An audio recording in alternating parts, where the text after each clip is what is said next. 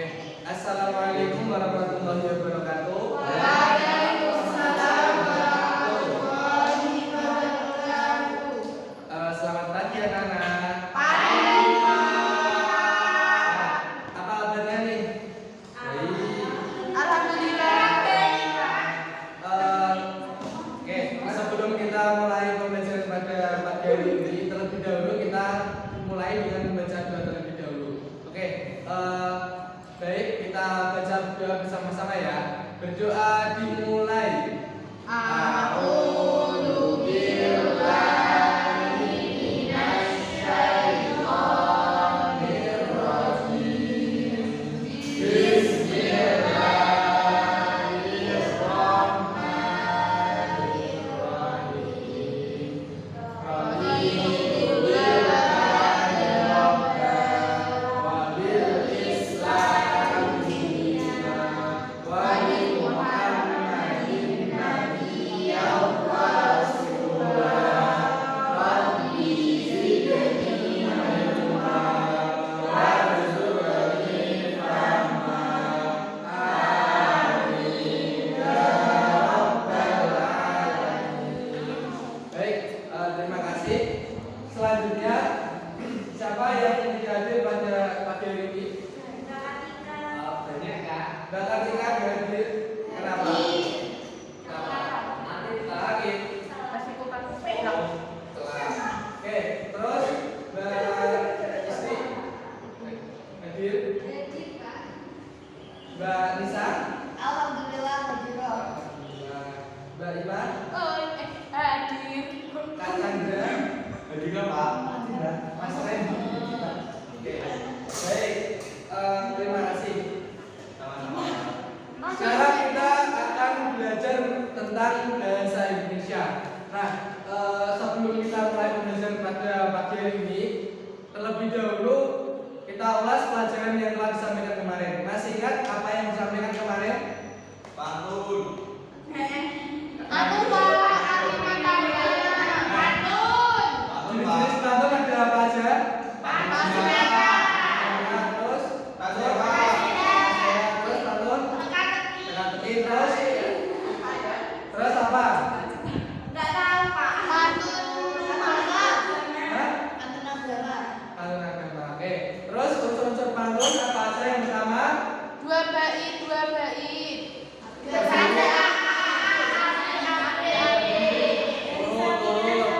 Urut. Ya, terdiri dari empat baris. Terus terdiri dari berapa bait? Berapa bait? Bait, jangan keliru. Satu. Dua bait. Setiap bait terdiri dari dua baris. Terus selanjutnya setiap baris terdiri dari berapa sukata? 8 sampai 12 sukata sekali. Oke, sekarang Mas Chandra silakan buatkan satu contoh pantun yang mudah. Jalan-jalan ke Pulau Madrid. Terus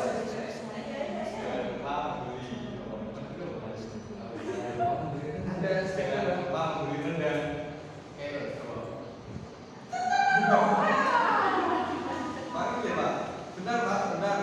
Gimana? Yang pertama jalan-jalan. Jalan-jalan ke Madura.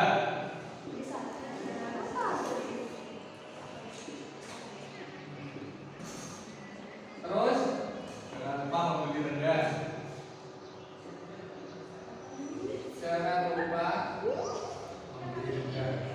Ada ketok Pak. rendang. Burung Pak. Terus Kalau kamu mandi suka, kalau Apaan tuh?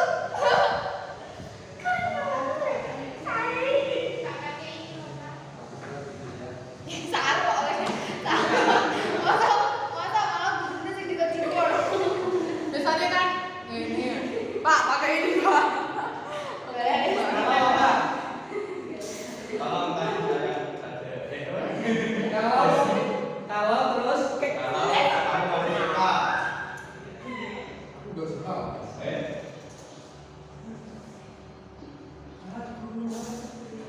Kalau kamu masih suka, Gue berarti makin ada apa? Hah? Ada apa? oh nggak tahu. Nggak tahu Pak, saya. Kalau kamu masih suka, aku nggak tahu gitu. Iya. Jalan-jalan ke mana? Jangan lupa membeli Apa tidak apa ya? Kalau adik, Kalau kamu masih suka, marilah kita selepas.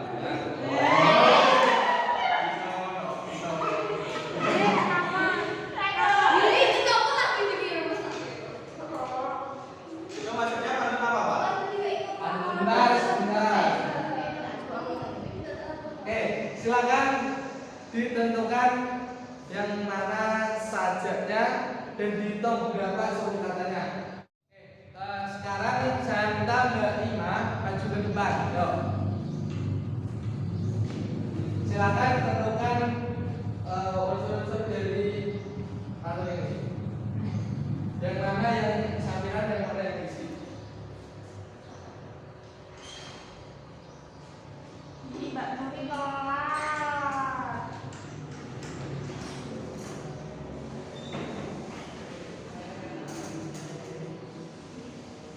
Oke, terima kasih. Selanjutnya Mbak Isti maju ke depan. Silakan tentukan jumlah suku kata dari sampiran. Baris pertama dan baris kedua.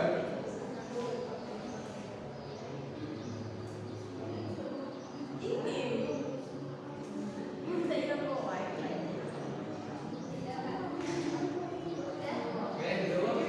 Benar? Oke. Gimana teman-teman, benar atau salah?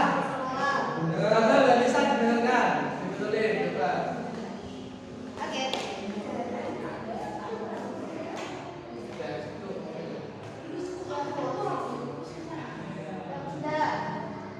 Dengar, dengar, dengar. Oke.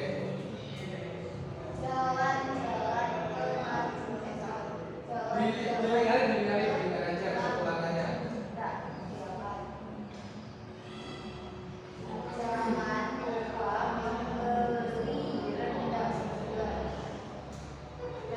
Lanjut.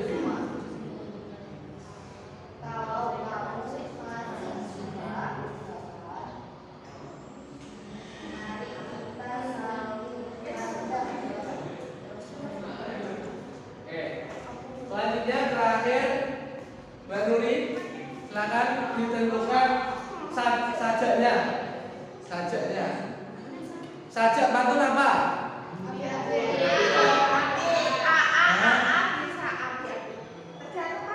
Gantung. Oke. Kalau ini sajaknya apa?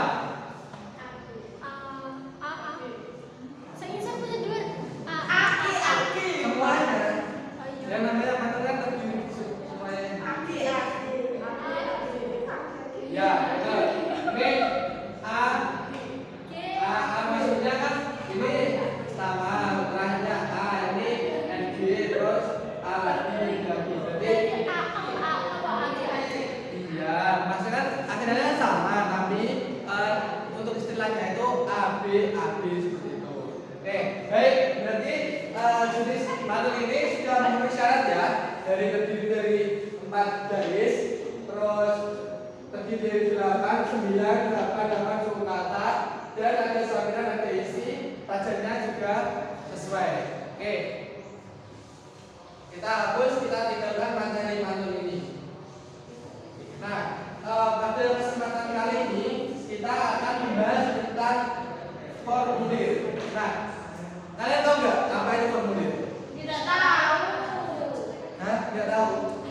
Nah, kalian pertama masuk di sini pas mendaftar di MI ini itu kalian pasti mengisi tentang data diri kalian. Benar apa enggak? Ya, maksudnya yang diisi itu namanya formulir. Nah, Saya nggak daftar di MI, Pak. ya sama semuanya. Oke, pengertian formulir. Formulir dalam arti sempit adalah dokumen atau bukti transaksi. Yang kedua, dalam arti luas formulir adalah secari yang telah diatur formatnya. sedemikian rupa untuk diisi sesuai dengan kebutuhan tertentu. Jadi formulir ini isinya itu dengan disesuaikan dengan apa yang dibutuhkan. Jadi ada nama, terus nomor kakak dan lain sebagainya itu sesuai dengan instansi atau kebutuhan yang akan digunakan. Selanjutnya, ini ada pengertian formulir dari beberapa tokoh.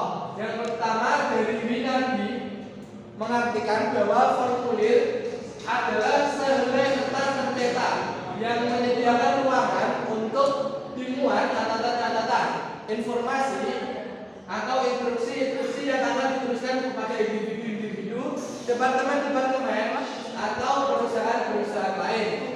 Terus yang kedua dari Nuraida, silakan Mbak Robi dibaca pengertian formulir dari Nuraida. Waalaikumsalam. Surat catatan atau buku yang digunakan untuk mencatat kegiatan kantor yang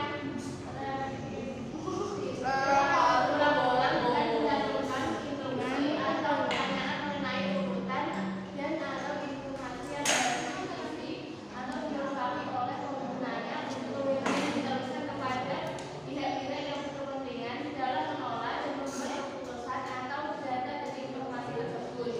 Oke, jadi antara Winandi dan Nuraida ini sekilas itu sama ya tentang formulir. Nah, selanjutnya yang dari Diana Leo Handoko, silakan dibaca Mbak Nanda.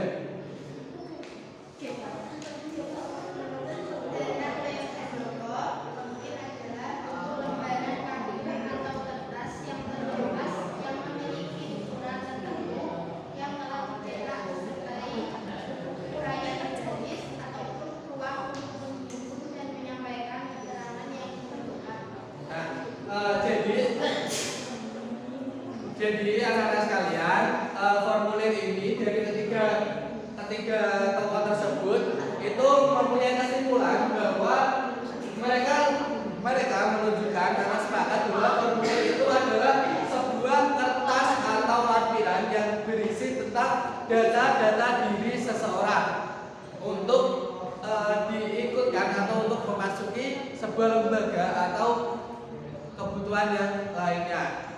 Nah, terus selanjutnya berdasarkan tujuan kegunaannya, formulir dibagi menjadi formulir yang bertujuan untuk mencatat suatu tindakan. Contoh, faktur penjualan, faktur pembelian, dan lain-lain. Nah, formulir ini bertujuan untuk meminta dilakukannya suatu tindakan. Contoh, bukti permintaan atau pengeluaran barang benda. Nah, jadi gunaannya ini yang untuk misal ini untuk di suatu gudang atau perusahaan yang di mana ada barang masuk dan atau barang keluar. Nah itu jadi data-datanya itu dicantumkan semuanya, baik data yang masuk, data yang keluar itu benar-benar dikasih keterangan-keterangannya. Yang kedua berdasarkan sumbernya. Nah, berdasarkan sumbernya formulir yang dibuat dan disimpan dalam perusahaan seperti kartu memo, kartu jam kerja, dan lain-lain. Nah, jenis-jenis formulir ini ada dua. Yang pertama extern dan intern. Jadi jenis-jenis formulir ada berapa? Dua. Yang pertama extern dan intern, ya, atau eksternal dan internal itu. Oke, yang pertama formulir dari jenis eksternal, yaitu formulir yang digunakan di dalam lingkungan sebuah kantor antara para pengawas, pegawai, dan wakil-wakil sebuah perkantoran. Contoh, tiket-tiket biaya, formulir pengeluaran, order-order pabrik, dan lain sebagainya. Nah, intinya yang eksternal ini adalah digunakan untuk dalam sebuah perusahaan atau instansi itu untuk sesuatu yang keluar dari perusahaan tersebut atau instansi tersebut. Sedangkan intern itu adalah dalam sebuah lingkungan kantor antara pengawas, pegawai, Nah, kalau intern ini itu adalah digunakan untuk bagian atau seseorang yang sudah di dalam perusahaan atau instansi tersebut kepada lingkup instansinya. Jadi di dalam satu lingkup. Sedangkan kalau expert itu keluar dari lingkupnya.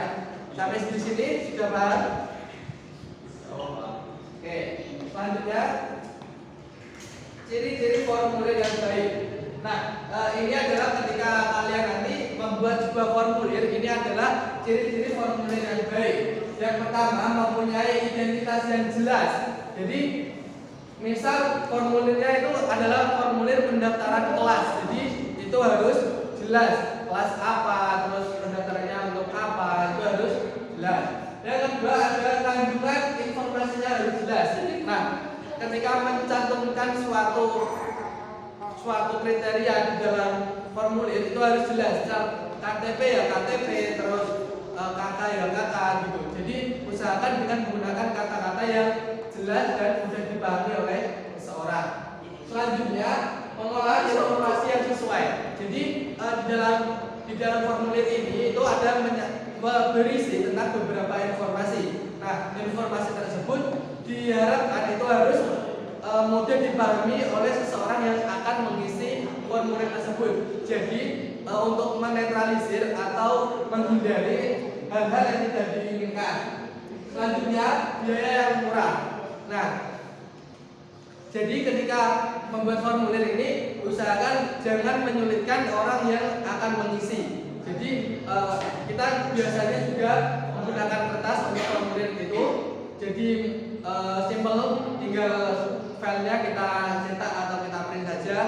Dan sekarang di zaman ini teknologi sudah berkembang, yaitu menggunakan situs web dengan Google Form. Nah, itu juga sangat mudah sekali digunakan. Nah, untuk penggunaannya tinggal kita bawa Android kita atau smartphone. Nah, nanti yang harus dengan bermodelkan internet saja sudah cukup. Selanjutnya, perancangan formulir. Nah, sebelum merancang formulir, kalian harus mengerti prinsip-prinsip dari formulir ini. Yang pertama, identitas perusahaan.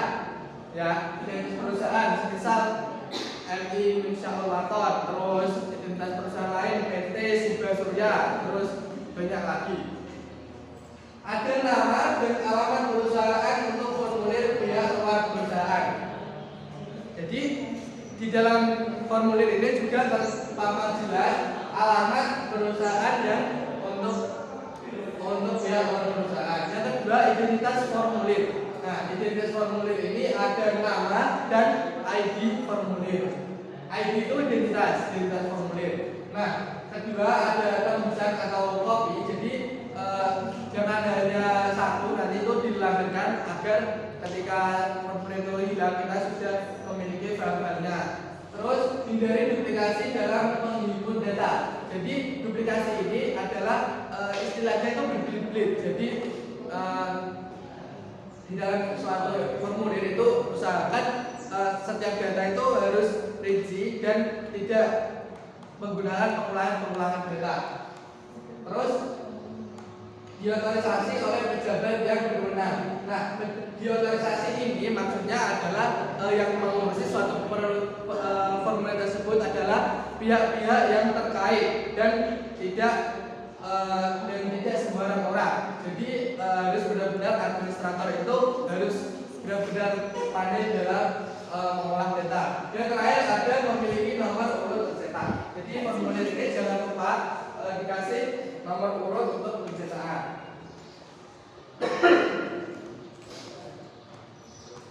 Nah, yang pertama adalah bagian pokok formulir. Itu ada pengenalan atau introduction. Jadi pengenalan ini disajikan pada bagian atas formulir dan harus memuat judul formulir dan nomor formulir. Jadi di dalam awal suatu formulir itu harus pertama jelas judul dan nomor formulir. Terus manfaat formulir. Selanjutnya ada isi. setelah pengenalan suatu formulir dilanjutkan sebuah isi. Nah, isi tersebut berisi data-data yang akan dimasukkan kepada sebuah formulir. Selanjutnya ada kesimpulan atau conclusion, di mana kesimpulan disajikan di bagian bawah, bagian memberikan ruang spasi untuk menyangkut di posisi akhir atau persetujuan akhir transaksi. Terus selanjutnya manfaat formulir yaitu yang pertama menetapkan tanggung jawab timbulnya transaksi bisnis. Jadi formulir ini digunakan untuk bukti sebagai barang untuk tanggung jawab antara atau ketika ada suatu permasalahan. Jadi formulir ini adalah suatu bukti nyata dari sebuah data. Terus yang kedua, merekam data transaksi bisnis perusahaan. Jadi menggunakan formulir ini itu bisa menyimpulkan atau merekam atau itu menyimpan tentang beberapa data-data dalam sebuah perusahaan atau instansi. Yang ketiga, mengurangi kemungkinan kesalahan dengan cara menyatakan semua kejadian dalam bentuk tertulis. Jadi formulir ini kan berisi data-data. Nah, data-data itu nanti disimpan dengan baik sehingga untuk mengurangi kemungkinan kesalahan yang menyatakan sebuah kejadian. Jadi di dalam formulir ini harapannya diisi dengan benar-benar dan dengan data-data yang valid sehingga kesalahan-kesalahan atau apapun itu yang istilahnya kurang sesuai nanti bisa ternetralisir dengan formulir atau bukti ini. Nah, selanjutnya menyampaikan pokok informasi dari satu orang ke orang yang lain. Jadi formulir ini juga mengisi berisi tentang beberapa informasi yang digunakan untuk disampaikan kepada orang lain. Jadi bukan hanya pada satu orang, akan tetapi di dalam formulir ini bisa disampaikan kepada teman-teman kita.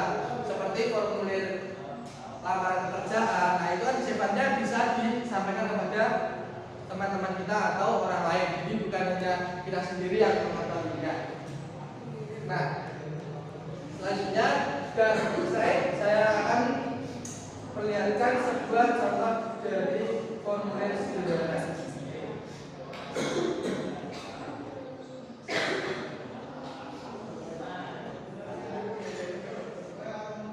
Astagfirullahaladzim, ya Allah. Astagfirullah. Oke, nah ini adalah sebuah contoh formulir yang sederhana. Nah, ini ada formulir pendaftaran kelas di PGMI 4A. Jadi judul ini harus jelas dan tidak menggunakan kata atau kalimat yang berbelit-belit atau sulit dipahami. Jadi untuk pertamanya itu judulnya harus jelas. Jadi formulir ini formulir untuk apa, ditujukan kepada siapa itu harus dengan jelas. Selanjutnya ini ada berisi nomor. Nah, nomor ya tadi ingat-ingat ada nomor pendaftaran. Terus nama, NIM, jurusan, tempat tanggal lahir, nomor telepon. Jadi data-data ini itu sifatnya fleksibel. Jadi disesuaikan dengan tujuan atau apapun yang akan diikuti oleh seseorang itu. Jadi misal sebuah kelas ya ini harus data-data yang sesuai dengan kelas kita. Jadi tidak mungkin sebuah formulir pendaftaran kelas berisi tentang data riwayat kerjaan. Nah, kan gitu. Jadi harus yang selinier. Akan tapi jika formulir pendaftaran kelas itu akan sesuai jika berisi dengan data riwayat sekolah. Nah, jadi harus selinier mungkin.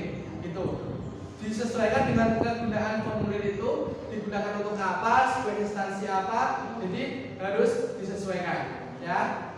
Selanjutnya untuk jangan lupa terakhir